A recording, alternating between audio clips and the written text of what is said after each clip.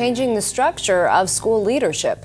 I'm Jill Horner. This is Comcast Newsmakers. With me this hour is New Jersey State Assemblyman Chivukula. Thanks for being with us. Thank you, Jill. We're talking about two different pieces of legislation, and they are both related to the creation of a county-wide superintendent for school systems. Explain to us the intention behind these pieces of legislation and how this could work. Well, when you look at a county like Somerset County, for example, you have 21 municipalities. That means 21 school districts and 21 superintendents, maybe 40 or so assistant superintendents. And each municipality will have an administrative function like purchasing, information technology, transportation.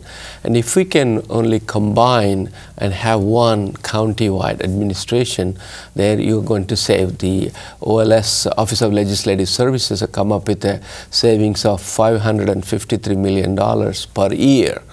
And so now if this is going back to 2006 or 7, and so if you really add it up to 2011, it's going to be a much bigger number.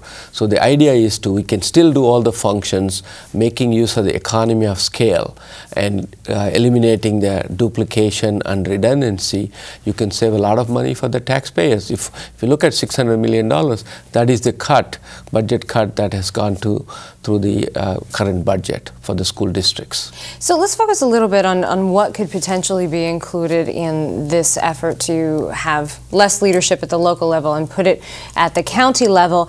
And this would not just be for superintendents, but for support services, purchasing agents, IT, a variety of different components. That's correct. And this is going to be a county-based system.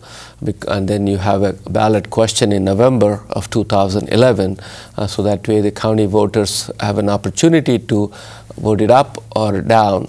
And what it does is that the structure is such that you are maintaining the local control in terms of curriculum development, your school principals, your school nurses, but you will have one district supervisor who will be overseeing the school district, reporting into the county superintendent appointed by the governor. Now, you mentioned that this would be eventually a question on the ballot, a referendum on the ballot. Why is it important to take this to the voters? And if one county turns it down, can another one still opt in? Yes, they can opt in. I think New Jersey always prides itself as a home rule state. Everybody wants to have local control, and when we have local control, there's going to be redundancy, duplication. We have 566 municipalities and 611 school districts, and if some counties, some voters think that we want to pay this premium and continue the way we have been doing business, let them do that. That's a choice we are providing through this legislation.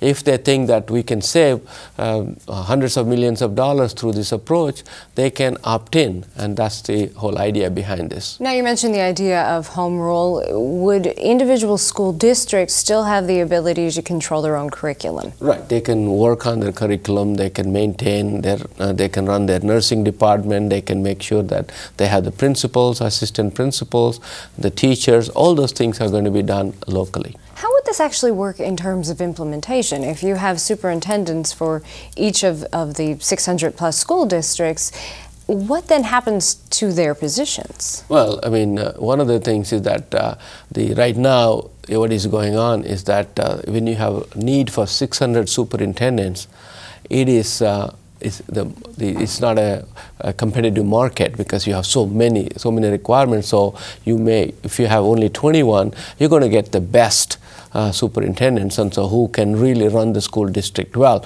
Right now, I can join one school district, work in that school district, maybe $150,000, then move to a next district after 3 years, get another $20,000, $30,000 raise, and so it keep on padding up. And their benefit package, if you look at it, we had to figure out a way to cut it down. Please come back, give us an update. Let us know how this is progressing. Thank you, Jill. Thank you. We've been talking with New Jersey State Assemblyman Chivukula. I'm Jill Horner.